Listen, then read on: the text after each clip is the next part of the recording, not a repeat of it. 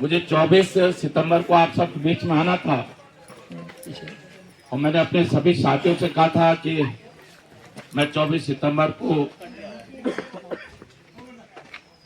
इस मांग का समर्थन करने के लिए आपके बीच में आऊंगा, लेकिन मेरे पिताजी का अचानक देहांत हो गया उसी दिन। और फिर मैं एक महीने बड़े बेटे होने के नाते, जैसे हमारे हिंदू रीति रिवाज में है कि बड़ा बेटा 13वीं में बैठता है, फिर एक महीने का कार्यक्रम होता है, इसलिए मैं क्षमा याचना के साथ मैं आप सबके बीच में आज बहुत विलंब से आया हूं। मैं राजनीति से ऊपर उठकर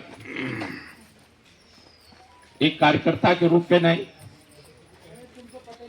एक गढ़वाल के नागरिक के रूप में नहीं, उत्तराखंड के एक नागरिक के रूप में आप सबके बीच में आया हूं।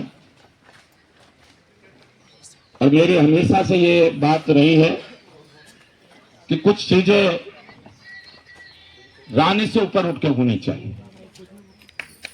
हर चीज में राजनीति नहीं होनी चाहिए। कई बार लोग मुझे दल बदलू कहते हैं, और अब कुछ हमारे नौजवान जिनको शायद मेरा पूरा इतिहास नहीं जानते हैं, वो सोशल मीडिया पे टिप्पणी लिख देते हैं। जब उत्तराखंड का आंदोलन चल रहा था, मैं पौड़ी से बीजेपी से विधायक था, चाहे 2 सितंबर की बात हो, चाहे मुजफ्फरनगर कांड की बात हो, मैं जब कोटद्वार से श्रीनगर से मुझे दिल्ली जाना था रैली में, तो मैं अग्रोड़ा में आया तो कुछ हमारे पूर्व सैनिकों ने मुझसे कहा, रावत जी आप पौड़ी से विधायक हो और आपको पौड़ी के लोगों के साथ जाना चाहिए। और मैं सोचता हूं कि उनकी बात मैंने मान ली, और जब मैं पौड़ी से कोटद्वार के लिए निकला तो आंदोलनकारियों की बस चल रही थी, तो जैसे नारा लगाते थे नौजवान की राजनीति नहीं चलेगी नहीं चलेगी, तो मैं कोटद्वार में आया, मैं महेंद्र बिस्जी की दुकान में बैठ गया और मैंने कहा भाई इनके साथ जाना ठीक नहीं है, क्योंकि ये नहीं चाहते कोई राजनीतिक कार्यकर्ता इनके आंदोलन में इनके साथ जाए। जब नजीबाबाद में जाम लग गया था तो मैं पहुंचा, तो पुलिस ने, उत्तर प्रदेश की पुलिस ने सारे आंदोलनकारियों को रोक लिया था। आप में से बहुत सारे उस आंदोलन में रहे होंगे। मैंने 19 पुलिस के बैरियरों को अपने हाथ से तोड़ते हुए, गढ़मुक्तेश्वर पुल पे पुलिस ने जाम लगा रखा था, जाम को खोलते हुए मैंने कहा आंदोलनकारियों को कोई बस से नीचे नहीं उतरेगा, और मैंने अपने हाथों से बैरियर तोड़ते हुए लाल किले तक 145 बसों को जो पौड़ी जिले के दिल्ली तक पहुंचाया। जब उसी दिन मुजफ्फरनगर कांड हुआ, मैं इस बात का उल्लेख किसलिए कर रहा हूं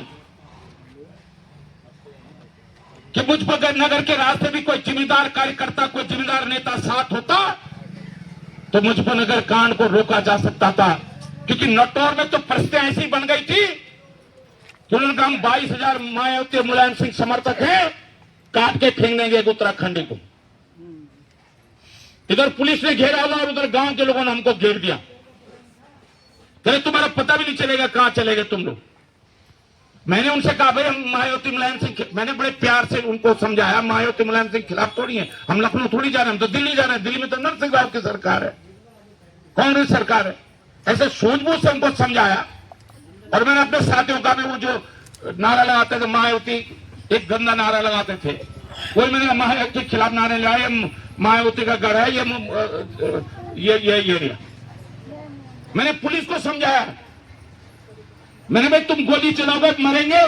इलाहाबाद में हाईकोर्ट में गोलियां चली थी, सस्पेंड कौन हुआ?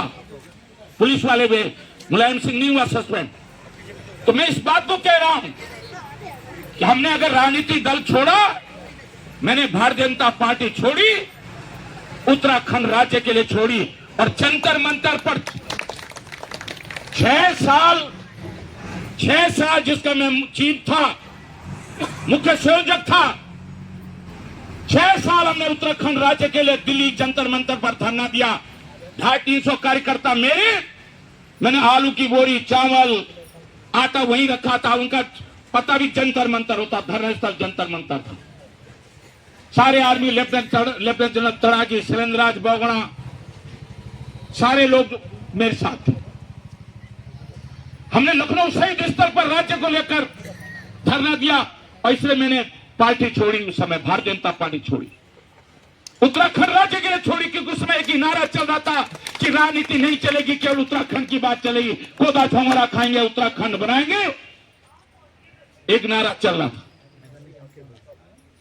जब मैं मायावती जी ने मुझे एक दिन बुलाया, इस बात को इसलिए कह रहा हूं, लागा चिलखा सड़क की बात मैं इसलिए कर रहा हूं, ऐसे चुनाव नहीं लड़ना।